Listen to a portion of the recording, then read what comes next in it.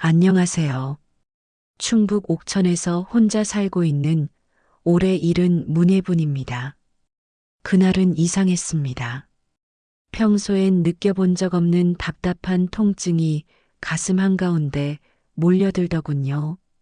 숨을 쉬면 갈비뼈 아래가 조여들고 계단 몇 개만 올라가도 심장이 쿵 내려앉는 것 같았습니다.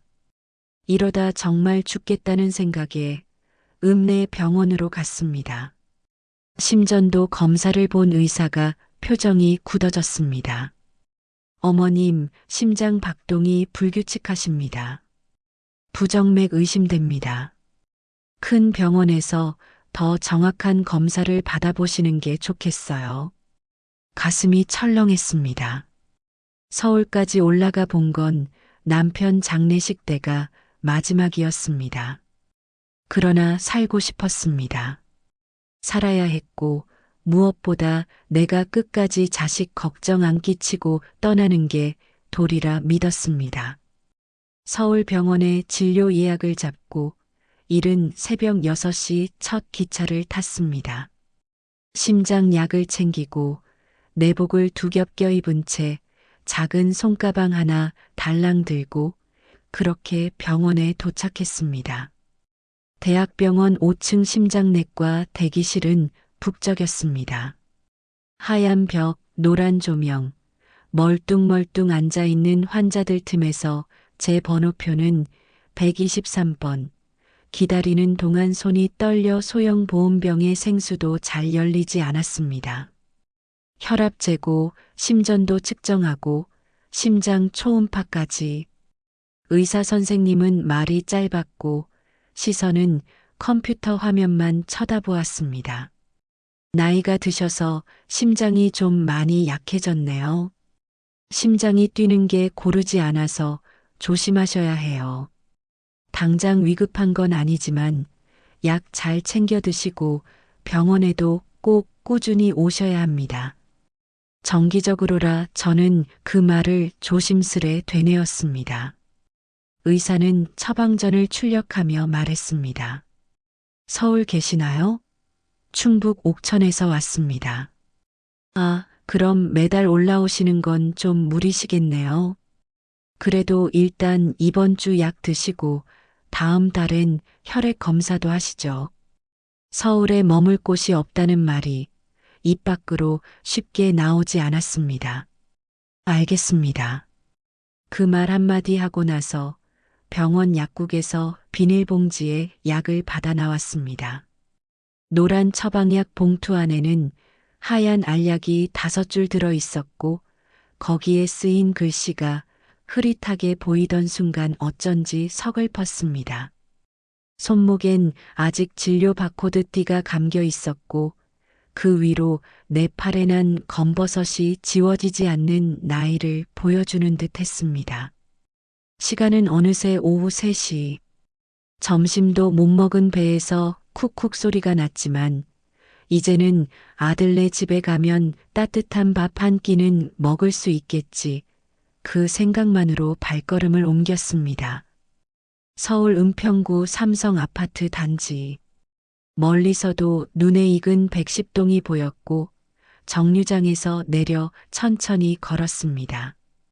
현관 앞 초인종을 눌렀습니다.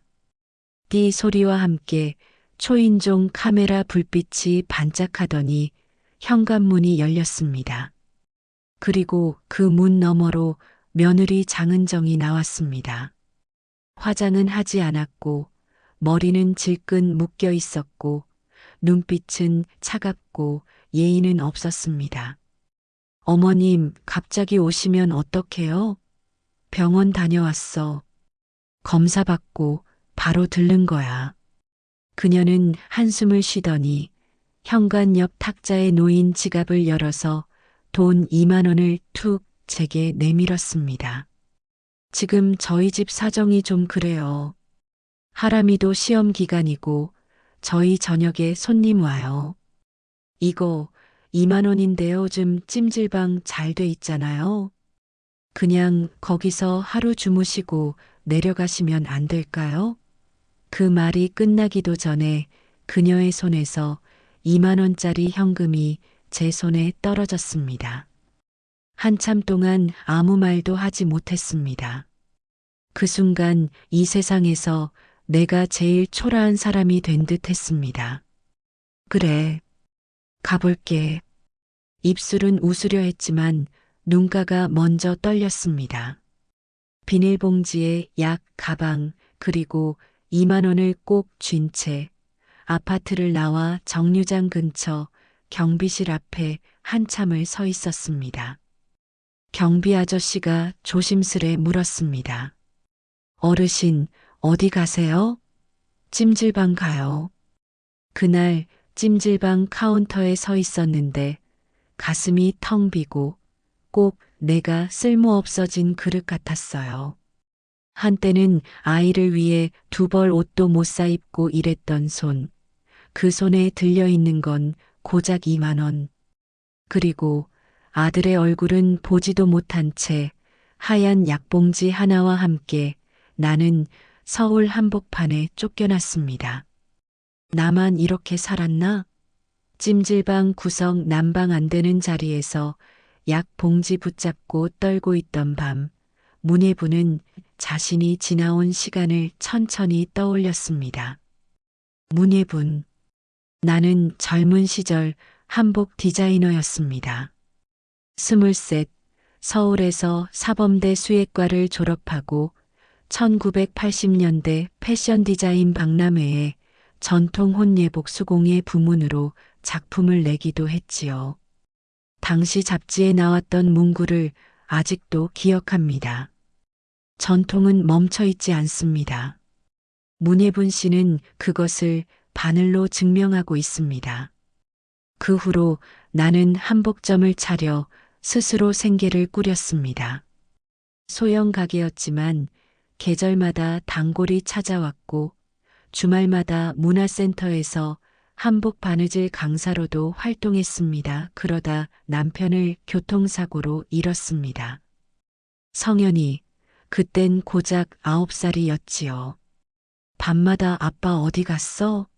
묻던 그 눈망울을 나는 술을 놓듯 꼭꼭 안아주며 견뎠습니다. 한복 장사로 혼자 자식 키우는 건 어려운 일이었습니다. 명절 앞두고 밤새 바느질하느라 손가락 마디가 벌겋게 부었고 눈이 침침해도 바늘을 놓을 수 없었습니다. 아이가 고등학교 올라가던 해엔 사채까지 써서 학원비를 보탰습니다. 이자날마다 손이 떨리고 숨이 막혀도 성현이 대학만 보내자는 생각 하나로 버텼습니다. 그렇게 아들은 서울 명문대를 졸업하고 대기업에 취직했습니다. 졸업식 날 나는 구두를 신고 캠퍼스 한복판을 걸었습니다. 한 번도 신어보지 않던 굽있는 구두가 아팠지만 내 아들이 당당히 학사모를 쓴 모습은 세상 누구보다 빛났습니다. 그리고 몇 년 후였어요. 우리 성현이가 회사에 다니기 시작한 지 2년쯤 됐을 무렵 어느 날 전화를 해서 이러더라고요. 엄마, 주말에 같이 밥 한 끼 하자. 소개할 사람 있어요. 그날 서울역 근처 고깃집에서 처음 봤어요. 조용하고 말수는 적었지만 눈빛은 똑 부러지더군요. 성현이 옆에 앉아 자주 웃기도 했고요. 밥 다 먹고 나서 안녕하세요. 은정이에요. 저희 진지하게 만나고 있어요. 그러는데 속으로 이 아이가 며느리가 되겠구나 싶었죠. 첫 인상은 참 단정했습니다. 조용하고 고분고분해 보여 우리 성현이 정말 괜찮은 짝 만났구나 싶었습니다. 하지만 결혼 준비가 시작되며 조금씩 이상한 말이 들렸습니다. 어머님이 자꾸 구식 얘기만 하셔서 피곤해요. 요즘 결혼은 예물도 간소하게 해요. 옛날식은 부담돼요. 결혼 후엔 며느리와의 거리가 점점 벌어졌습니다. 첫 명절에는 내가 직접 전을 부쳐 가져갔지만 저희는 간단히 먹어요란 말에 접시는 그대로 싱크대에 밀려들었고 다음 명절엔 이번엔 어머님도 좀 쉬세요라는 말로 집에도 오지 말라 하더군요. 그러던 어느 날이었어요. 아들이 다소 머쓱한 얼굴로 전화를 걸어왔습니다.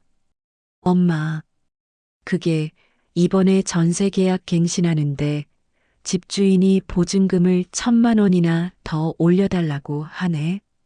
우리가 바로 마련하기가 좀 빠듯해서 혹시. 알고 보니 결혼한 지 2년이 지나 계약 연장 시점이었고 요즘 집값이 갑자기 뛰면서 전셋값도 함께 올랐다는 겁니다. 아들이 말끝을 흐리는 걸 보니 결국 제게 손을 벌리려는 눈치였죠. 나는 청주에 남겨두었던 4명의 아파트를 팔아 그 돈을 보태주었습니다.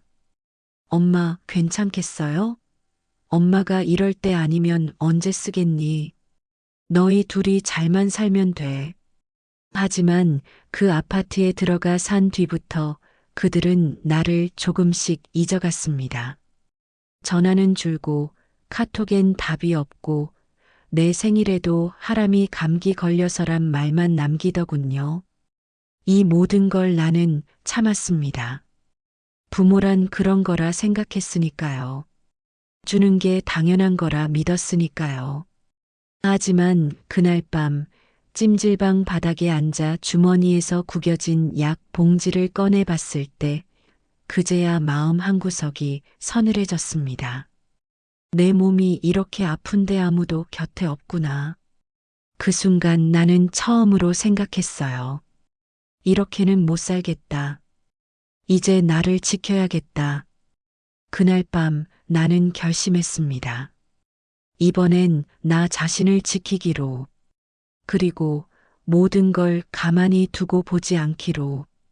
찜질방 구석 바닥, 뜨끈한 온돌이 아니라 차디찬 돌바닥이 등에 파고들었습니다. 새벽 2시쯤 문예부는 갑자기 숨이 차고 가슴이 쿡쿡 쑤시는 통증에 눈을 떴습니다. 호흡이 가빠졌고 손끝이 저릿했습니다. 겨우 일어나 프런트로 갔습니다.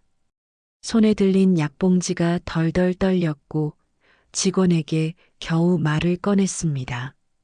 저 죄송한데요. 혹시 119 좀 구급차안 산소 마스크를 끼고 조용히 눈을 감은 채 문예부는 생각했습니다.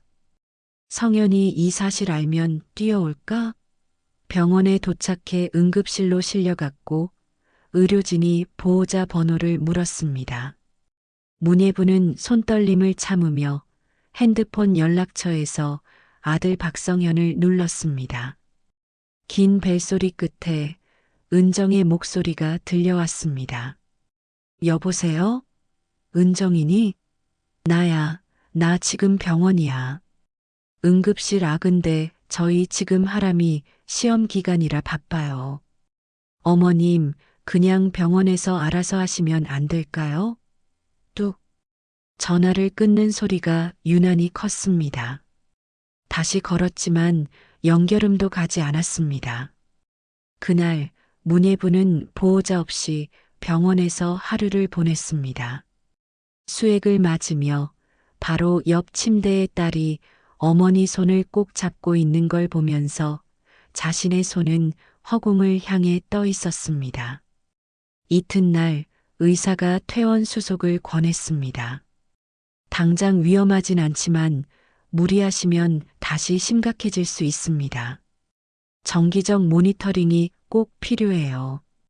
네, 그렇게 병원을 나왔을 때 문예부는 갈 곳이 없었습니다. 지갑에 있던 돈을 탈탈 털어 병원비를 치르고 며느리가 준 2만 원은 그대로 찜질방비로 나갔습니다. 손에 남은 건 겨우 시외버스 한 번 탈 수 있는 돈뿐이었습니다.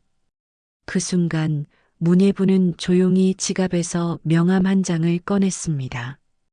그건 2년 전 문화센터 강사 시절 다큐멘터리 작가였던 임지우 PD가 건넸던 명함이었습니다. 그가 한 말이 떠올랐습니다. 선생님 삶이 정말 특별하세요. 혹시 나중에 인터뷰 괜찮으시면 꼭 연락 주세요. 그날 밤 문예부는 그 명함을 손에 쥐고 전화를 걸었습니다. 여보세요? 혹시 임 PD님 맞으세요? 네, 맞습니다. 저 옥천에서 한복 강사하던 문예분입니다. 기억하시겠어요? 아, 선생님, 잘 지내셨죠? 제가 인터뷰 제안 받아들이고 싶습니다. 며칠 뒤 서울의 작은 카페에서 다큐팀과 만났습니다. 문예부는 울지도 않고 목소리를 높이지도 않고 그저 담담하게 자신이 걸어온 길을 이야기했습니다. 젊은 시절 한복 디자이너로 일하며 살아온 이야기, 홀로 자식을 키우며 청춘을 바친 시간, 며느리에게 조용히 무시당했던 수많은 순간, 그리고 2만 원과 약봉지 하나 들고 찜질방으로 쫓겨난 밤. 다큐멘터리는 어머니의 자리라는 주제로 기획되었고, 문예분의 이야기는 방송국에서 추석 특집 다큐로 방영될 예정이었습니다. 며칠 후 방송 예고편이 올라가자 SNS에선 반응이 폭발했습니다. 이게 실화라고? 2만 원 주고 찜질방 보냈다고? 자식도 아니야. 저런 아들 문예분의 얼굴은 가려졌지만 이름과 옥천 출신 한복 강사라는 정보로 지역 커뮤니티에서 금세 퍼졌습니다. 그리고 며느리 장은정에게서 문자가 도착했습니다. 방송이 나간 지 채 몇 시간이 지나지 않았을 무렵이었죠. 어머님, 도대체 왜 그러세요? 우리를 온 세상 앞에 망신 주고 싶으셨어요? 이제 저희 다 끝났어요. 어머님, 이게 정말 부모가 할 짓이에요? 문예부는 화면을 천천히 내려봤습니다. 차마 손이 떨려서 답장은커녕 폰을 꺼버리는 것밖에 할 수 없었습니다. 말이 많던 그 며느리가 끝내 사과 한마디는 없었습니다. 그 문자 하나를 보고 나니 괜히 마음 한쪽이 텅 비는 느낌이 들었습니다. 그래서 더는 아무것도 하고 싶지 않아 그냥 조용히 이불을 덮었습니다. 그날은 추석 연휴 첫날 밤이었죠. 전국 방송 채널의 황금 시간대에 문예분이 출연한 다큐멘터리 어머니의 자리가 방영되는 날이었습니다. 문예분은 작은 원룸 안에서 이불을 목 끝까지 덮은 채 천천히 리모컨을 들어 TV를 켰습니다. 방 안은 고요했고 화면 속에서는 자신의 목소리가 아주 작게 흘러나오기 시작했습니다. TV 화면에는 한복을 손으로 꿰매는 주름진 손, 그리고 찜질방 구석에서 무릎을 감싸고 앉아있던 그 밤의 CCTV 영상이 나왔습니다. 나레이션이 잔잔하게 흘렀습니다. 젊은 시절 한복 디자이너로 명성을 쌓았던 문예분 씨. 하지만 그녀는 말없이 모든 걸 자식에게 내어주고 이제는 아들 집도 못 가고 며느가 준 2만 원으로 찜질방에서 약봉지를 들고 아픈 몸을 참고 살고 있었습니다. 방송이 나가고 10분도 되지 않아 SNS는 폭발적 반응으로 뒤덮였습니다. 찜질방 2만 원? 진짜냐? 며느리 미쳤네. 사람도 아냐. 아들 모함? 어머니 방치했네. 진짜 눈물 난다. 우리 엄마도 저렇게 될까봐 무섭다. 청주, 옥천 지역 커뮤니티에는 이거 혹시 문예분 선생님 아냐? 라는 글이 연달아 올라왔고 문화센터 제자들이 단체 채팅방에서 이 영상을 공유하기 시작했습니다. 그리고 그 영상은 대학교 커뮤니티, 맘카페, 한복 관련 업계 SNS까지 전방이 확산되기 시작했습니다. 방송 다음 날 아침 아들 박성현의 회사 이메일로 항해 메일 수십 통이 쏟아졌습니다. 저런 인성이 회사에 있다고요? 사내 윤리 위반 아닌가요? 회사는 성현을 무기한 대기 발령했고 그날 오후 사내 익명 커뮤니티에는 비난글이 수십 건 올라왔습니다.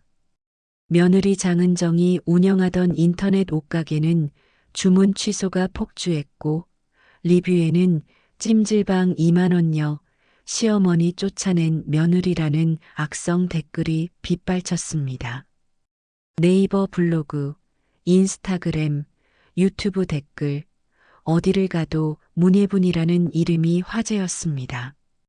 그리고 며느리는 그날 오후 문예분에게 전화를 걸었습니다. 어머님, 대체 왜 그러셨어요? 이건 너무한 거 아니에요? 저희가 망하는 꼴을 보고 싶으세요? 사람들이 날 잡아먹을 기세예요. 며느리는 욕설을 퍼붓고 전화를 끊었습니다. 그날 밤 아들 성현이 직접 찾아왔습니다. 수척한 얼굴, 부스스한 머리, 눈 밑엔 다크서클이 짙게 깔려 있었습니다. 엄마, 제발 방송국에 정정 요청 좀 해줘요. 내가 잘못했어. 은정이도 그날 좀 예민했었고 문예부는 그제야 미소를 지으며 묻습니다.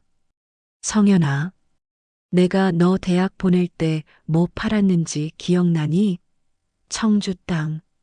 그 땅 말고 엄마가 몇 달 동안 허리도 못 펴고 만든 홀레 한복, 그걸 팔아서 등록금 냈단다. 아들은 그 말을 듣고도 고개를 들지 못했습니다. 은정이 임신했다고 엄마 진명에 넘겼을 때도 너는 말렸어야 했어. 그때 내가 침묵했던 게 오늘 이 사단을 만든 거란다. 문예분의 말에 성현의 입술이 파르르 떨렸습니다. 며칠 뒤 문예분은 은행에 갔습니다. 그녀는 자신 명의로 남겨두었던 서울 마포의 낡은 건물을 담보로 대출을 받았습니다. 그리고는 다큐 제작사와 협업하여 전통 바느질 문화학교 설립을 준비했습니다. 문예분이 남몰래 기부해 두었던 공익재단 계좌도 화제가 되면서 그녀는 현대에 숨은 장인, 실제로 존재하는 국민 엄마로 불리기 시작했습니다. 악당이었던 며느리 장은정은 인터넷 옷가게 폐업, SNS 계정 정지, 온라인 카페 블랙리스트 등록까지 사회적 매장 상태에 이르렀습니다. 그녀는 마지막으로 문예분에게 문자 한 통을 보냈습니다. 잘못했어요. 정말 미안합니다. 다시는 안 그러겠습니다. 저희 어떡하죠 하람이도 학교에서 애들한테 문예분은 이번에도 단 몇 글자만 답했습니다. 자식은 거울이야. 가을 햇살이 따사로웠던 10월의 어느 날 충북 옥천의 작은 마을회관 2층. 그곳엔 조그만 간판 하나가 걸려 있었습니다. 문예분 전통 바느질 문화학교 정가란 손글씨로 쓰인 간판 아래로 수강생들이 삼삼오오 모여들기 시작했습니다. 나이 지긋한 시골 아주머니부터 한복 디자이너를 꿈꾸는 대학생, 그리고 바느질을 처음 접해보는 젊은 엄마들까지. 그 중심엔 조용히 하얀 앞치마를 두른 문예분이 앉아 있었습니다. 바느질은 말이지요. 사람을 다시 잇는 일이에요.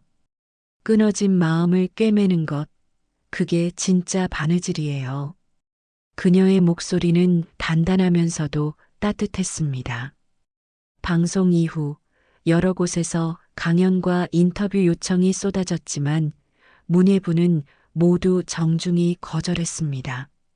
저는 그저 바느질이나 하며 조용히 살고 싶습니다. 대신 그녀는 문화학교를 열었고 수익금은 전액 청소년 한복 장학기금으로 기부했습니다. 지역 신문은 그녀를 우리 동네 손바느질 철학자라 부르며 희생과 용서, 회복의 상징으로 소개했습니다.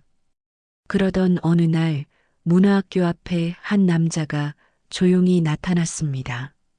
그는 문예분의 아들 박성현이었습니다.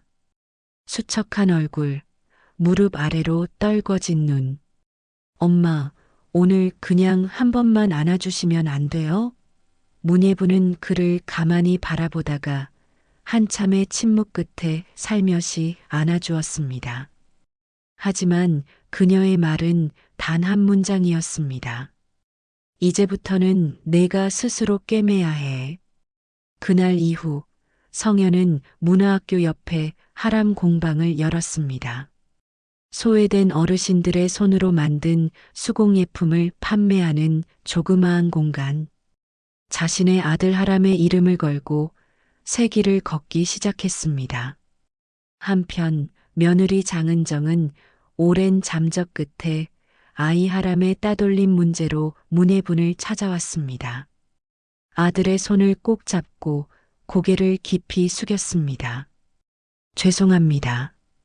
아이에게까지 상처 주고 싶지 않았어요. 문예부는 그녀의 머리를 조용히 쓰다듬었습니다. 얘야, 사람은 누구나 실수할 수 있어. 중요한 건 그걸 딛고 다시 일어나는 거란다. 그녀의 눈가엔 억울함 대신 따뜻한 연민이 맺혀 있었습니다. 그날 이후 장은정은 자원봉사자로 문화학교에 나왔고 마을 사람들도 점차 그녀를 다시 받아들이기 시작했습니다. 문예부는 여전히 조용히 바느질을 이어갑니다. 주름진 손등 위로 햇살이 내려앉고 늘 그랬듯 한쪽 눈을 감고 바늘귀를 꿰는 모습 그대로. 문화센터 벽 한쪽엔 이런 문구가 적힌 액자가 걸려 있습니다. 포기하지 않으면 인생은 언제든 새로 꿰맬 수 있습니다. 문예분. 이야기가 좋았다면 여러분의 구독과 댓글이 영상을 제작하는데 큰 힘이 됩니다.